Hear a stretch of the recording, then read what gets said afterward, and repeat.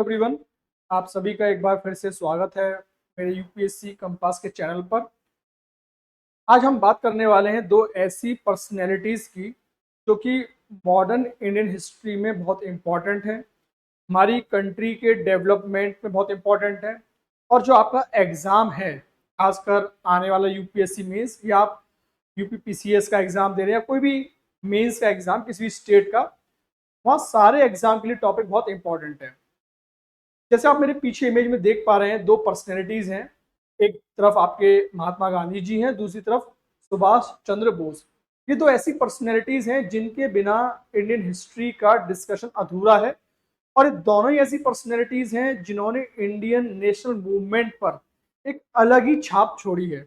अब देखिए, एग्जाम में ऐसे क्वेश्चन पहले भी पूछे गए हैं कि मान लीजिए दो ऐसे पर्सन को कंपेयर करवाया गया है, खासकर यूपीएससी में, और ये जानने की कोशिश की कि स्टूडेंट्स ने कितना समझा। जैसे कि एग्जाम्पल के तौर पे पहले B R Ambedkar versus Gandhi ji को कंपेयर किया गया, सरदार वल्लभ भाई पटेल और गांधी जी। तो इसी तरीके से हो सकता है इस साल या आने वाले समय में गांधी जी और सुभाष चंद्र बोस को कंपेयर किया जाए।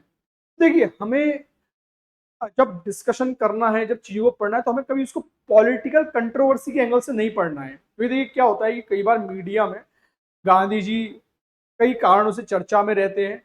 सुभाष चंद्र बोस को लेके कि भाई सुभाष चंद्र बोस का प्लेन क्रैश हुआ तो आज तक सरकार ने ये शेयर नहीं किया कि उनकी मृत्यु हुई तो उनकी डेड बॉडी कहाँ है, भारत सरकार ने क्या किया।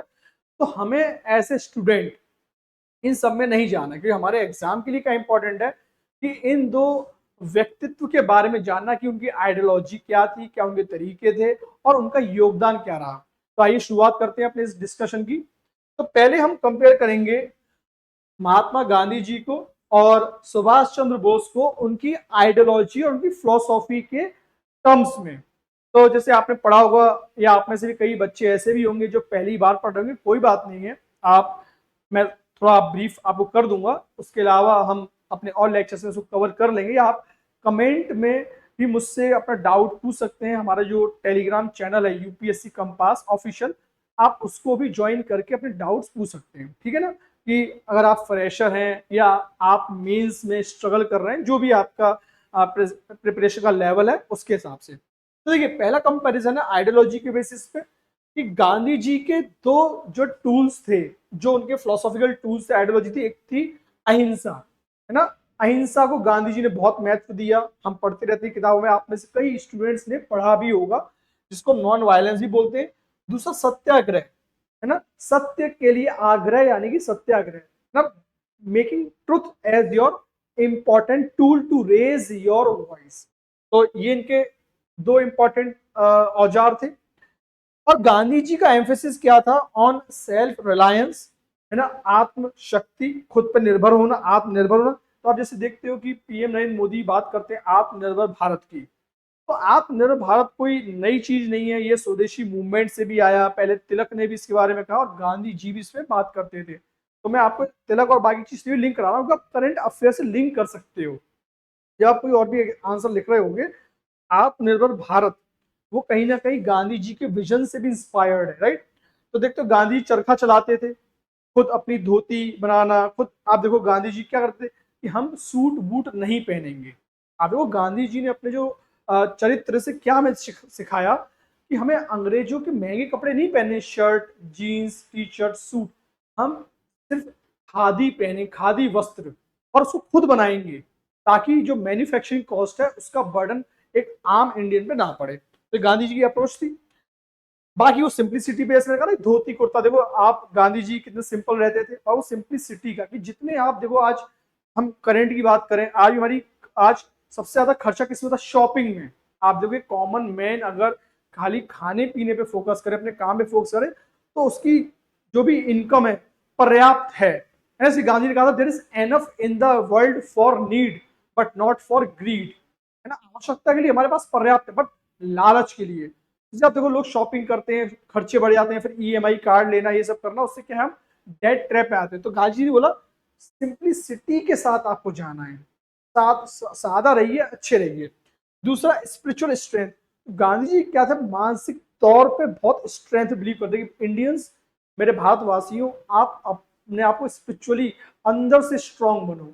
आप देखो गांधी जी जब दांडी यात्रा कर रहे थे, कई लोगों ने उनका मजाक उड़ाया कि ये एक नेक्ड फकीर, जो यूएस की टाइम मैगजीन है, बहुत फेमस मैगजीन, उसने गांधी जी का मजाक बनाया कि ये नेक्ड फकीर, ये नंगा फकीर क्या दांडी यात्रा करेगा, इतने मील की यात्रा है ना, ये जाएगा, है ना, गुजरात की कोस्ट पे ये नमक का कानून तोड़ने, सॉल्ट लॉ को तोड़ने।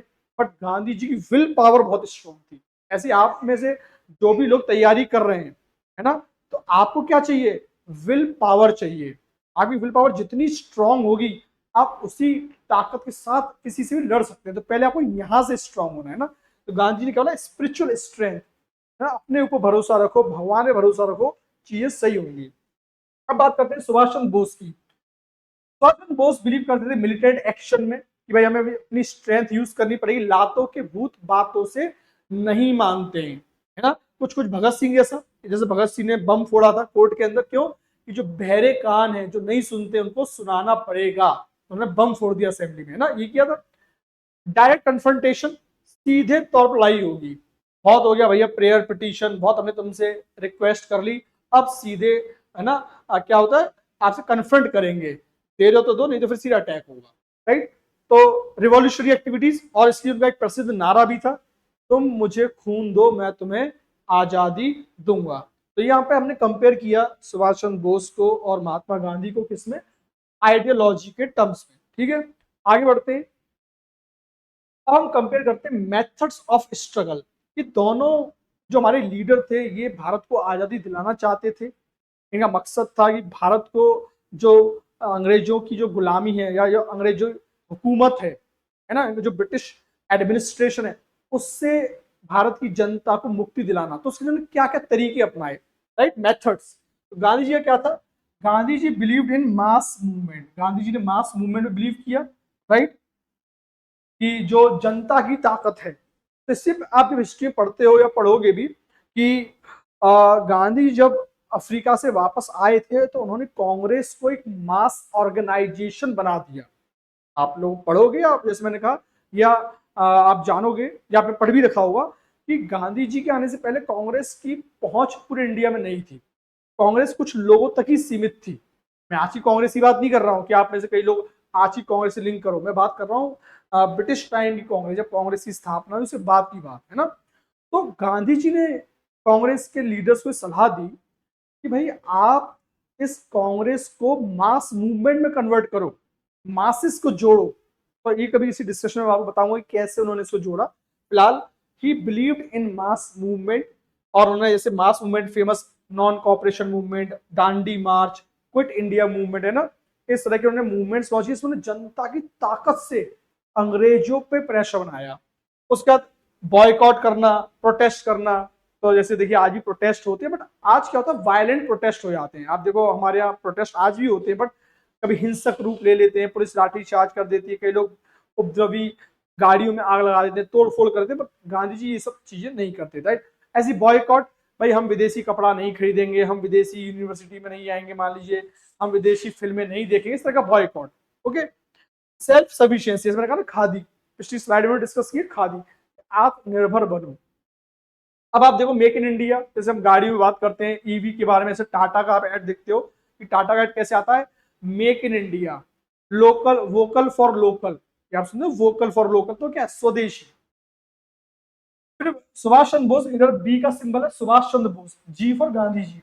इनका क्या था, आर्म्ड स्ट्रगल, कि जैसे मैंने कहा लातों के भूत बातों से नहीं मानते, एग्रेसिव स्टाइल, आक्रामक रवैया, प्रैक्टिकल अप्रोच लाइक चाणक्य, कि भाई जब आपका कोई ना बात ना माने, साम दाम दंड भेद, ठीक है। उन्होंने जो एक्सिस पावर थी, जिसमें जापान और जर्मनी, वर्ल्ड वॉर 2 के टाइम पे एक्सिस पावर में कौन कौन आता था, जापान, जर्मनी, राइट। तो इनके से उन्होंने कोलैबोरेट किया। और यहाँ पे हमने कहा ना कि चाणक्य नीति उन्होंने अपनाई, किस तरीके से, कहते ना, दुश्मन का दुश्मन दोस्त, ये बात कही जाती है, दुश्मन का दुश्मन दोस्त। तो उन्होंने उसी फिलोसॉफी पे काम किया कि एक्सिस पावर एलाइड पावर से दुश्मन थे, जर्मनी का ब्रिटेन फ्रांस से पंगा चल रहा था, जापान का यूएस से, बाकी से। तो दुश्मन का दुश्मन दोस्त, तो सुभाष चंद्र बोस ने इनको अपना दोस्त बनाया, ठीक है ना। फिर इन्होंने INA इंडियन नेशनल आर्मी जो थी उसको सिंगापुर में लेट किया, उसको वहीं पर उन्होंने नारा भी दिया। आप पढ़ोगे फेमस नारा, अगर आप में से कोई मेरे बताने से पहले जानता हो तो कमेंट कर देना। और ये नारा था दिल्ली चलो, दिल्ली को अंग्रेजों से मुक्त कराओ, सिंगापुर में उन्होंने नारा दिया था। उन्होंने फॉरवर्ड ब्लॉक की भी स्थापना की थी 1939 में, राइट, जब उनके कांग्रेस में जो उन्होंने रिजाइन कर दिया, गांधी जी से मतभेद हो गए जब वो प्रेसिडेंट दोबारा बने थे, तो फिर उन्होंने सोचा ठीक है मैं फॉरवर्ड ब्लॉक बना के रिवॉल्यूशनरी एक्टिविटीज को प्रमोट करूंगा। तो ये हो गए इनके मेथड, राइट। तो मेथड आप देख लीजिए, आप ऐसे नोट्स भी बना सकते हो जिस तरह से मैंने सिंपल नोट्स बना रखे हैं। मैक्सिमम टाइम स्टूडेंट्स की कंप्लेंट होती है सर नोट्स कैसे बनाए ब्रीफ, तो अब सामने ब्रीफ नोट्स हैं भाई, कहानी हम सबको याद रहती है। उसके बाद इंटरनेशनली वो लोग कैसे एक्टिव थे, इंटरनेशनल कम्युनिटी में उनका क्या रोल था, क्या उनके मायने थे, वो हम डिस्कस करते हैं। तो गांधी जी जो थे उन्होंने पब्लिक ओपिनियन बिल्ड किया था अक्रॉस द वर्ल्ड कि देखो एक ये गांधी जी एक मसीहा जैसा इंसान है, एक नेक फकीर है जो किसकी लड़ रहा है, जो जनता के हित की लड़ रहा है। तो लंदन में भी उनके बारे में काफी अच्छा ओपिनियन था कि नहीं ये इंसान देखो कितना पॉजिटिव माइंडसेट के साथ काम कर रहा है, पीसफुल प्रोटेस्ट कर रहा है, और बाय प्रेयर पिटिशन एप्लीकेशन लिख के, लेटर लिख के वॉइस रॉय को, है ना, इस तरह से। प्लस उन्होंने ब्रिटिशर्स को एक्सपोज किया मॉरल ग्राउंड पे। तो जब गांधी जी किसी वॉइस रॉय को या क्वीन को लेटर लिखते थे, विक्टोरिया को, तो वो लिखते थे कि डियर क्वीन, हम ब्रिटिश सब्जेक्ट हैं, आप बोलते हो कि the Indians are similar to the other subjects in the British empire, right, irrespective of religion, race, caste, creed, but हमारे संग ये सौतेला व्यवहार क्यों होता है। तो इस तरह से उन्होंने इंटरनेशनल कम्युनिटी के सामने बात रखी कि भाई हम भी इंसान है, मानवता, अगर ह्यूमैनिटी की तुम बात कर रहे हो, वर्ल्ड वॉर 2 में तुम कह रहे हो हिटलर क्रूअल है, हिटलर तानाशाह है, तो तुम भी तो वही इंडिया में कर रहे हो। बट गांधी जी ने इन सारी बातों को तरीके से सामने रखा, ठीक है। फिर अट्रैक्ट ग्लोबल सिंपैथी, दांडी मार्च, जब दांडी यात्रा उन्होंने की, जैसे मैंने पहले भी आपको बताया कि टाइम मैगजीन जो थी वो बड़ा डाउटफुल थी कि ये कमजोर से आदमी, फिर गांधी जी उस समय का एज भी हो गई थी, राइट, कि ये कहाँ पहुंच पाएंगे। बट गांधी जी जोश भरा, है ना, तो उससे उनको इंटरनेशनल मीडिया ने भी अटेंशन दिया कि नहीं यार ये इंसान वास्तव में बहुत पावरफुल है, इसकी जो विल पावर है मानना पड़ेगा, दिखने में इतने कमजोर, एक लाठी लेके इंसान पैदल यात्रा कर रहा है और हजारों लोग इसे पीछे, ये इंसान कुछ बड़ा करेगा, राइट। और बाद में हम देखेंगे कि कैसे उन्होंने कई लोगों को इंस्पायर किया, राइट। तो आप यहाँ पे देख रहे हो। अब सुभाष चंद्र बोस की बात करते हैं। ही सॉट इंटरनेशनल मिलिट्री सपोर्ट, तो जापान से, हिटलर से सपोर्ट लिया। Alliance with anti British forces, जैसे हमने पिछली स्लाइड में भी कहा कि जो दुश्मन का दुश्मन दोस्त, तो जो एंटी ब्रिटिश फोर्सेस थे उनसे अलायंस बनाया कि ठीक है तुम ब्रिटेन को वहां से मारो यूरोप में, हम यहां से मारते हैं, ठीक है ना। फिर यूज्ड बर्लिन रेडियो, तो जर्मनी में बर्लिन में वो रेडियो यूज किया उन्होंने अंग्रेजों के खिलाफ प्रचार करने के लिए कि अंग्रेज क्या इंडिया में कर रहे हैं, क्या ज्यादतियां कर रहे हैं, लोगों को परेशान कर रहे हैं। आगे बढ़ते हैं। इम्पैक्ट एंड लिगेसी, आप एग्जाम में आप ये भी पढ़ लिख सकते हो कि गांधी जी और जो सुभाष चंद्र बोस की इम्पैक्ट क्या था समाज पे और उनकी लीगेसी क्या है। तो Gandhi ji inspired global leaders like Martin Luther King junior and Nelson Mandela. तो गांधी जी एक उम्मीद के प्रतीक रहे हैं, एक ऐसी लाइट हाउस की तरह उन्होंने काम किया कि चलो इंडिया तो आजाद हो गया, लेकिन उसके बाद साउथ अफ्रीका स्ट्रगल कर रहा था अपार्थाइड मूवमेंट से।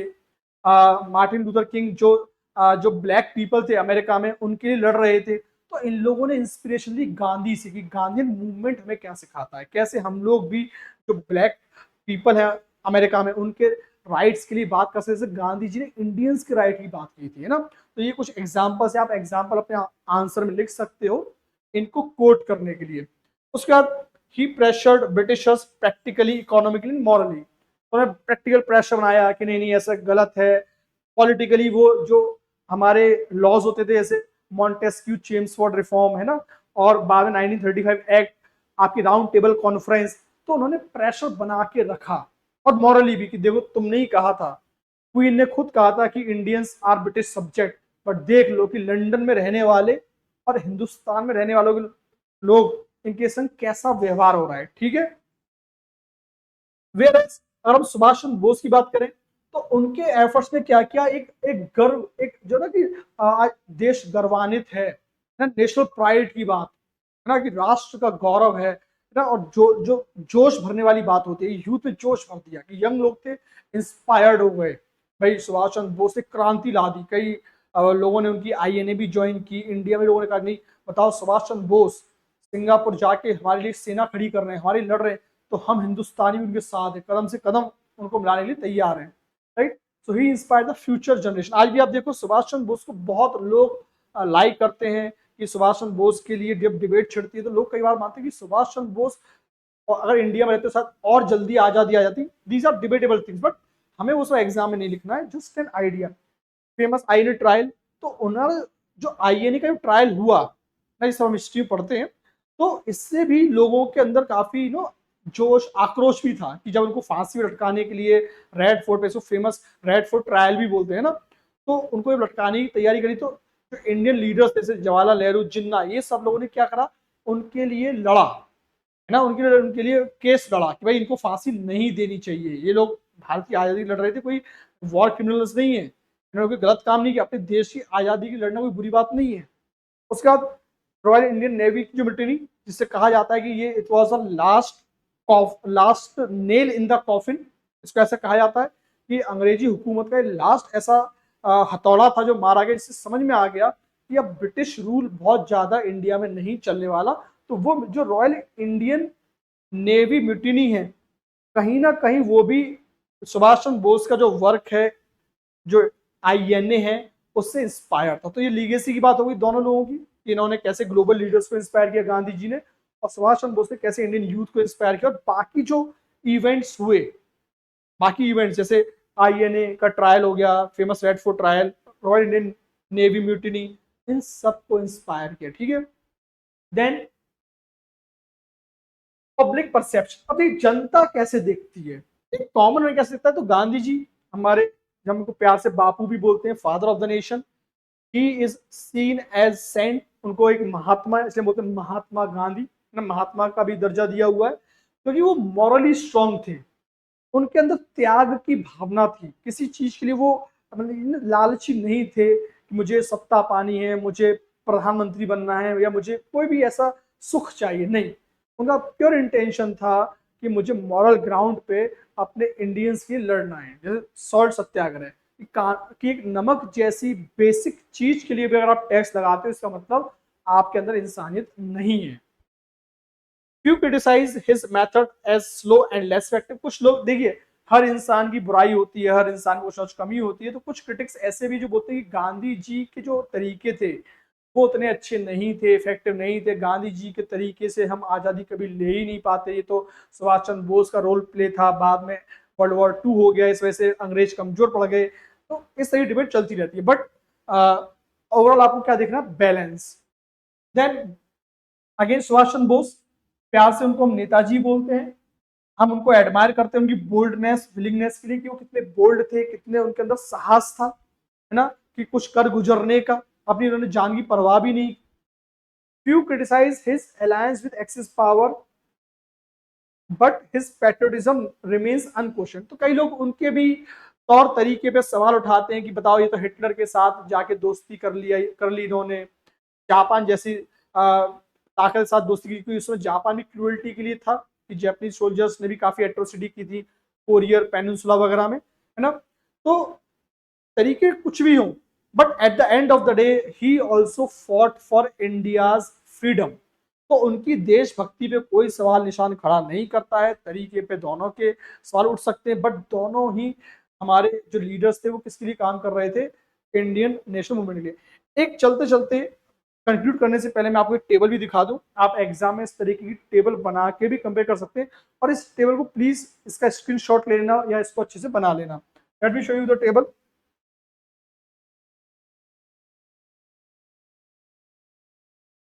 ये टेबल आप देख लीजिए, इस तरह से टेबल आपको अपने एग्जाम में भी बनानी है। तो आप देख सकते हो यहाँ पे जो हमने अभी डिस्कस किया वही हमें बस कंपेयर करना है, राइट। जैसे आप देखते हो फिलोसॉफी, तो नॉन वायलेंस सत्याग्रह गांधी जी की थी, सुभाष चंद्र बोस की arm revolution. Leadership style spiritual mass based, military strategic, की campaign salt march, quit India, non cooperation movement, इनके Indian National Army, Forward Bloc, allies, masses के संग इन्होंने किया, ग्लोबल ओपिनियन, एक्सिस पावर से इन्होंने अटैचमेंट किया। कांग्रेस में सेंट्रल लीडर थे गांधी जी, पूरी कांग्रेस इनके आसपास घूमती थी।